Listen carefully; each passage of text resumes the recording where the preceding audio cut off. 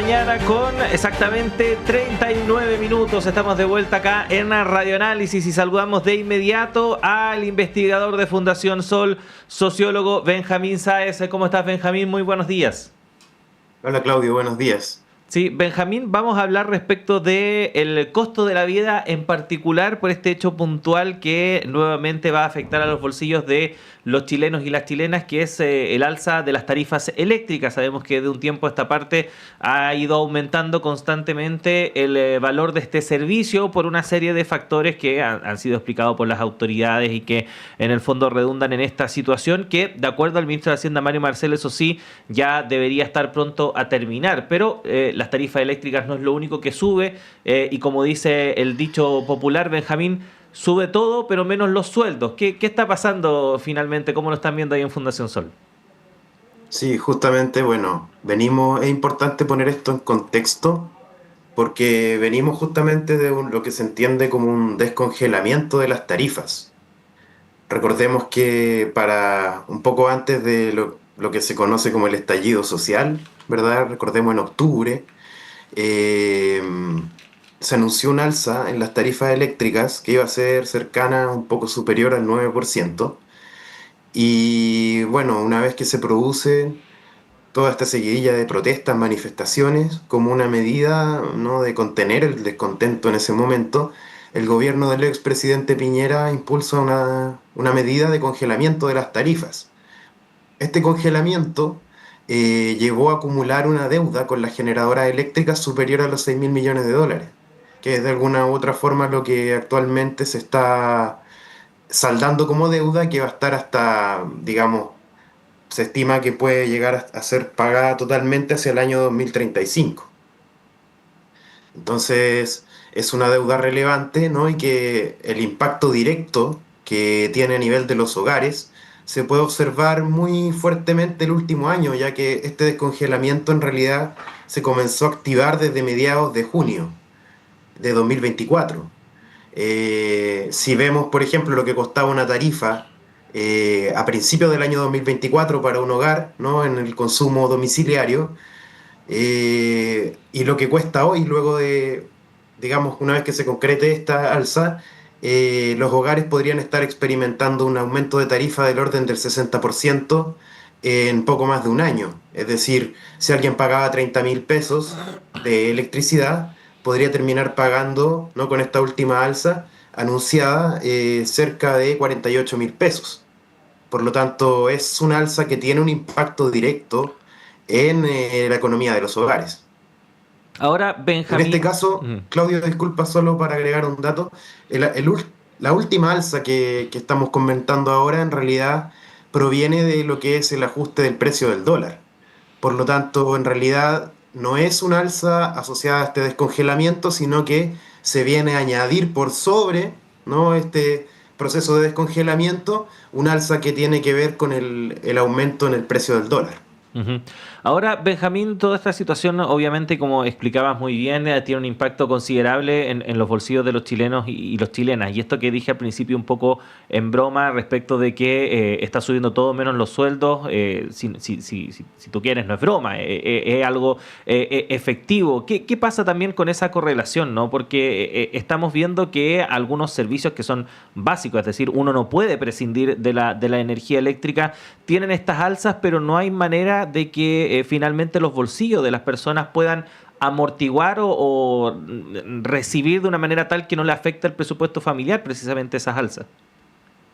Claro, efectivamente, acá, bueno, justamente en un contexto de descontento y manifestaciones se congeló esta tarifa justamente por lo que tú indicas, porque tiene un impacto directo en lo que es el bienestar, el nivel de consumo, ¿no?, que pueden tener los hogares. Hoy en día se estima, bueno, teniendo datos de la última encuesta de presupuestos familiares disponible, que el promedio de gasto de un hogar en electricidad, gas, ¿no?, y otros combustibles supera los 54.000 pesos.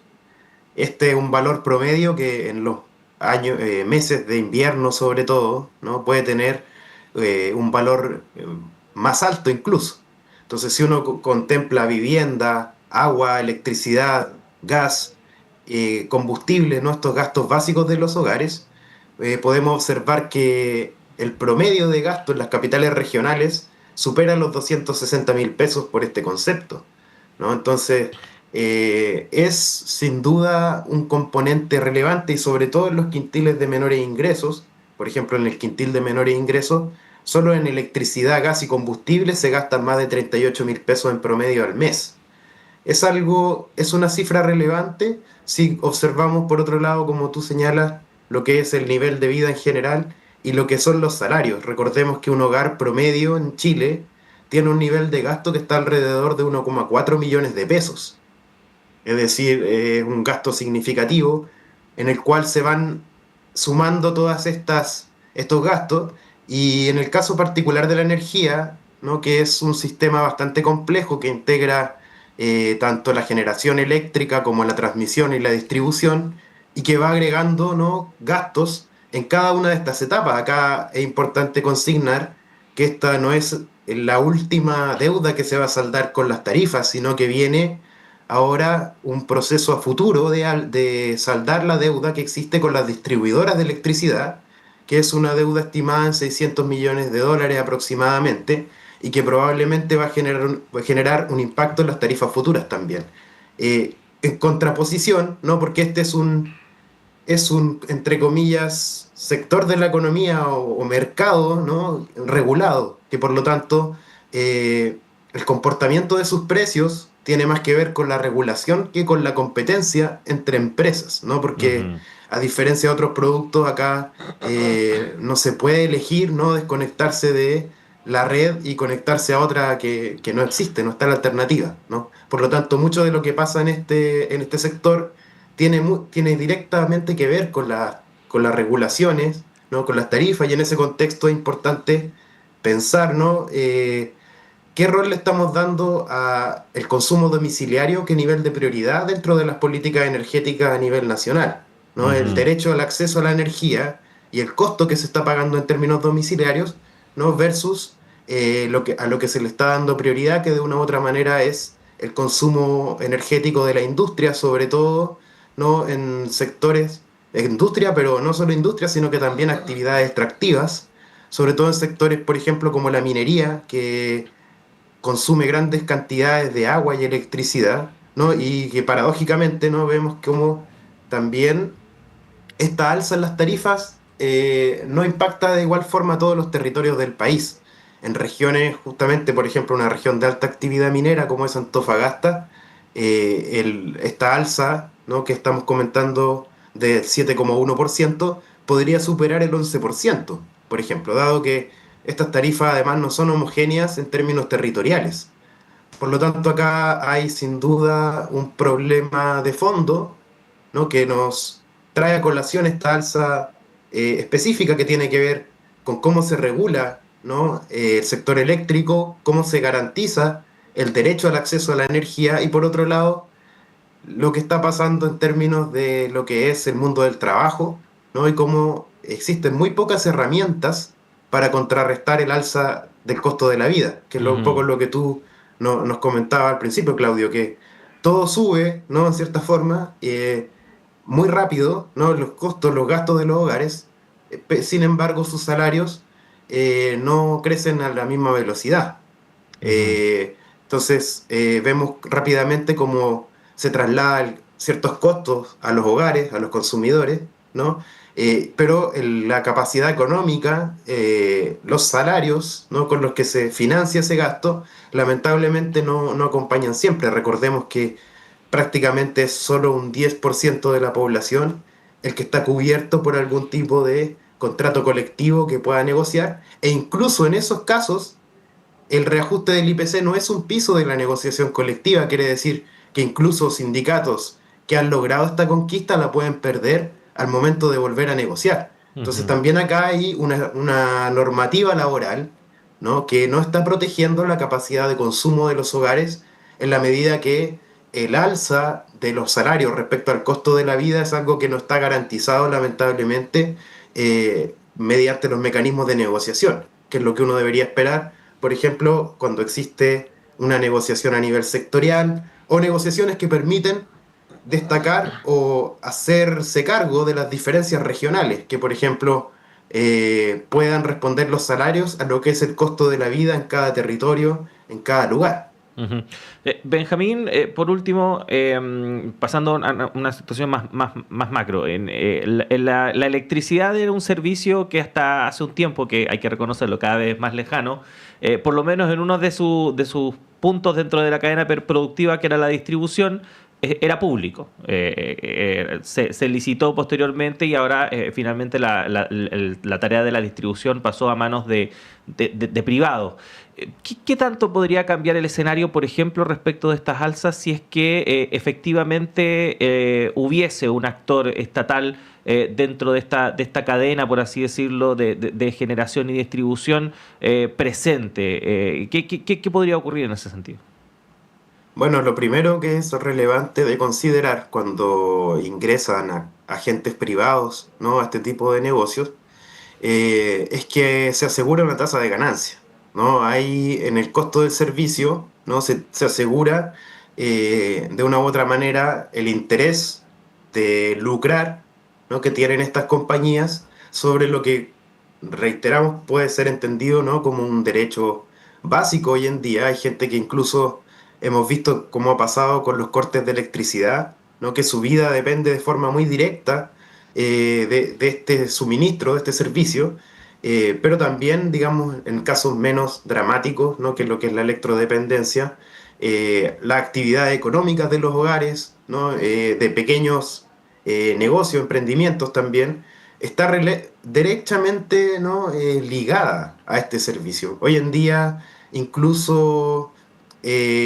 dado lo que está ocurriendo en términos de, por ejemplo, teletrabajo, ¿no?, actividades telemáticas, se hace también un servicio que es cada vez más estratégico, ¿no? Y resulta paradójico que un país, ¿no?, que está definiendo una estrategia de transición energética y de una estrategia nacional que va a promover, ¿no?, la generación de hidrógeno verde, de cambios para la electromovilidad, en la cual supuestamente el país va a tener un rol a nivel internacional, ¿no?, que en todo ese contexto esté fuera de la discusión, ¿no?, cómo vamos a mejorar el acceso a la energía, a la electricidad, como por ejemplo vamos también a avanzar en tarifas más asequibles para los hogares. Y en ese contexto es relevante nuevamente considerar que todo lo que estamos viendo a nivel internacional, ¿no?, va a tener una repercusión directa en términos de lo que son las tarifas. Solo por efecto dólar hoy en día estamos viendo un efecto,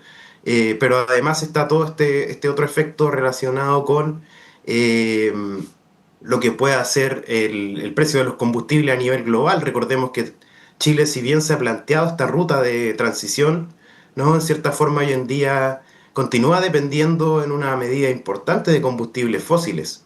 Por lo tanto, creo que acá se nos está planteando una paradoja, ¿no?, de un plan muy completo, que se está haciendo un llamado, ¿no?, al país, al sector público y el privado, de avanzar en una reconversión, transformación de la matriz energética, pero parece que estar mucho más orientado hacia la gran empresa y la exportación que hacia algo que pueda tener impacto en la calidad de vida de los hogares, que es lo que uno esperaría, ¿no?, de un país que se quiere posicionar como líder en energías limpias, ¿no? No puede descuidar de esa discusión lo que es el costo y el acceso de los hogares a esa energía. Y nos parece que ese punto, en cierta forma, está muy relacionado con cuál es el rol que le cabe al Estado, ¿no?, en este tipo de sectores, que son sectores donde en realidad la capacidad de que el sector privado pueda generar tarifas más contenidas, ¿no?, o entregar un servicio de mejor calidad, ¿no?, en relación a algo que no se encarezca completamente y permanentemente en el tiempo. Vemos que está un poco en entredicho y en ese sentido está siendo ineficiente el rol que está teniendo el Estado, porque está subsidiando, ¿no?, por ejemplo, para que las diferencias en términos regionales no sean tan fuertes, ¿no? El Estado entra con subsidios a las tarifas que se escapan, ¿no?, hasta un cierto punto por sus costos locales, ¿no?, por Ujú. elementos que encarecen la distribución, la transmisión. Entonces relevante ahí, por ejemplo, cuestionarse eso, si lo más eficiente es un subsidio, del Estado o en realidad acá hay mucho más espacio, por ejemplo, para la inversión directa, ¿no? La recuperación de infraestructura también, que muchas veces las empresas privadas no tienen los incentivos, ¿no? Al tener un negocio cautivo para invertir en ello. Y vemos cómo a raíz de los apagones crecientes, ¿no? Se pone este punto muy sobre la mesa, ¿no? De cómo hay una inversión, ¿no? Que es en cierta forma deficiente y la gran inversión de infraestructura que construyó todo este sistema eléctrico en su origen fue una inversión pública. Ujú. Por lo tanto, también ahí vemos una de las paradojas de lo que es la construcción de un sistema con mucho esfuerzo a lo largo de, podemos decir, el siglo XX, ¿no? Para que luego se estanque en cierta forma una vez que entra el sector privado, cuando el argumento para que participen estas empresas es todo el contrario. Se supone que son las empresas que saben de innovación, ¿no? Que van a mejorar las condiciones del servicio. Sin embargo, vemos que más bien es un traje a la medida de la gran empresa y tiene muy pocos beneficios para los hogares. Ujú. Bueno, Benjamín, sin duda alguna un tema que tiene muchas aristas. Aquí abordamos solo algunas, así que más adelante vamos a requerir de tu ayuda y de todo el equipo de la Fundación para seguir entendiendo este y otros temas que están marcando la agenda. Así que muchas gracias, Benjamín, que estés bien. Gracias, Claudio. Un saludo para allá. Gracias. 9:55 y con esta conversación despedimos esta edición de Radio Análisis en este día jueves 15 de mayo. Gracias por habernos acompañado. La invitación es a que siga junto a todas las plataformas de Radio Universidad de Chile. Inmediatamente después de esta transmisión viene Nicolás Rojas y Semáforo, así que siga junto a nosotros, pero si nos sintoniza a través de la red de radios que piensan y el canal de televisión Uchile TV, también acompaña la programación que tienen preparada para hoy. Yo me despido hasta una próxima ocasión a las 13 horas, segunda edición de Radio Análisis junto a Diana Porras y por supuesto también nuestro diario electrónico radio.chile.cl y nuestras redes sociales para más noticias. Gracias a todo el equipo, que estén bien, que tengan una buena jornada.